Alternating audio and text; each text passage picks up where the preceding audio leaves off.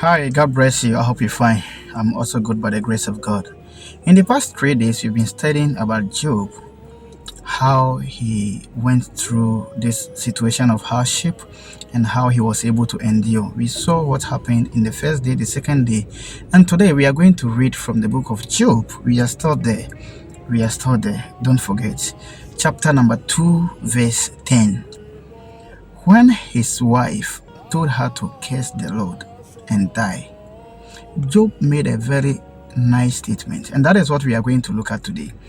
And I'll quote the Bible from the Good News Bible. I'll read it for you. So let's see. In verse 2, chapter 2, verse 10, Job answered, "You are talking nonsense.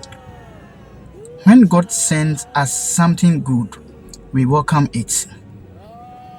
How can we complain when He sends us trouble? In spite of everything he suffered, Job said nothing against the Lord." You hear the message very clearly. He said, when God sent us something good. In the first place, let's consider his action on answering that question. If it were you and I, we will say the husband has insulted the wife, right? That is how both of us are going to say. You and I, that's how you say. He insulted his wife. So let me tell you, sometimes an insult which is praising the Lord, it's far better than allowing someone to draw your attention through the feet. Okay? So sometimes we know that when you insult, it's not good, but some insult even praises God. I'm telling you, if somebody is telling you to kill yourself and you insult that person, I don't think you have sinned.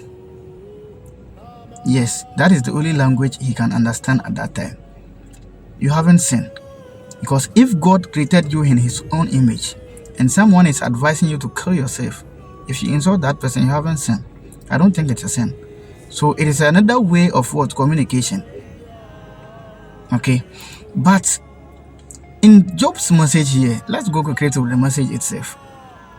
In Job's message here, to some of us, we can see that most of the times we are going outside the word of God. We are totally out of the word of God. Some of us believers, if we go through pains, if we go through some situations, our actions, our reactions, it seems God has never done anything for us. But Job pointed to the good days, which is past, referring to the present situation he was going through, to speak in order to make a very good point. Now, let's quickly go to the book of Ecclesiastes. We will have to check something here in Ecclesiastes to back this particular message or this particular sentence that Job just made over here. In Ecclesiastes chapter number 7, verse 14, the word of God said, when things are going well for you, be glad. And when trouble comes, just remember, God sent both happiness and trouble. You never know what is going to come next. So God sent troubles for us sometimes. Like Job's own, which happens. We know the source of Job's own. The Lord can test us. The devil can provoke the Lord to test us to see our faith. The same thing that happens to Job. Okay? But the issue is, being good or being bad, our God is still the same. He never changes. We cannot instruct God on what to do in our lives. And he knows our futures. The future ahead of us, he is the only one who knows it. We can never command God to bring good things only in our lives. No. None of us have that power. It is only God that can decide what should come to our ways. And he is aware of everything that happens to us. That is why the word said, in good times or in bad times, we should keep what? Giving him the thanks. So it's not about only good time when you start jubilating and praising the Lord, sharing the goodness that He has done. Yes, when the bad times also comes, accept it. But see that or understand that bad thing that is coming in your life, sometimes it is taking you from where you are to another level. Sometimes God is testing your faith. Okay? Sometimes God is reshaping you. Some issue will come, you will think it is a bad issue.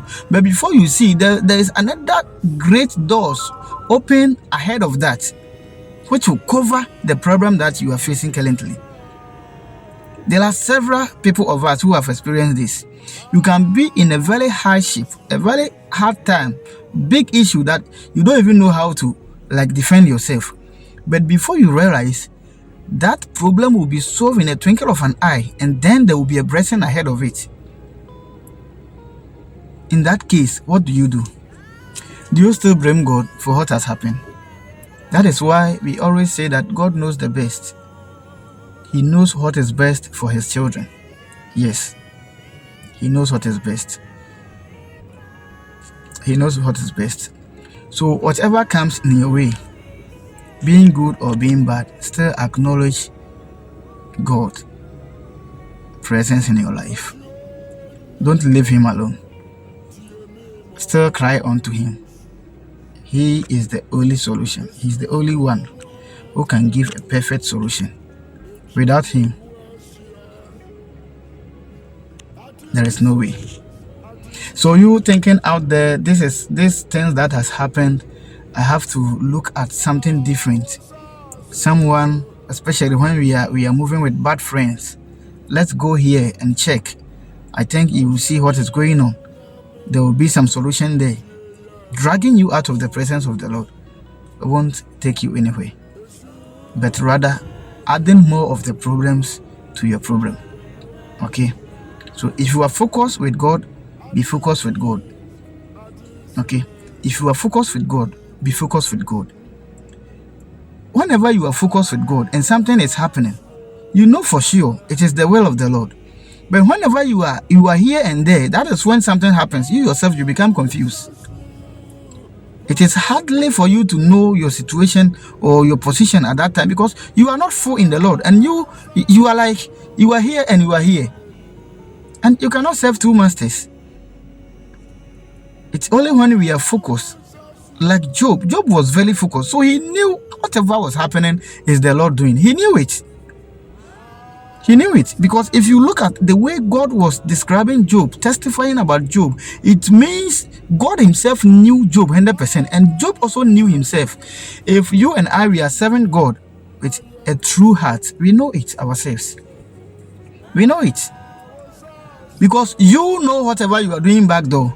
As such, the word of God, as such, preaching or showing yourself, dressing very nice, entering the house of the Lord every day, going and coming, as such that in the eyes of human being, you only know what you do again, as such that you and God only knows. So if you are focused and you know that 100% you are with the Lord, if anything happens, you know the source.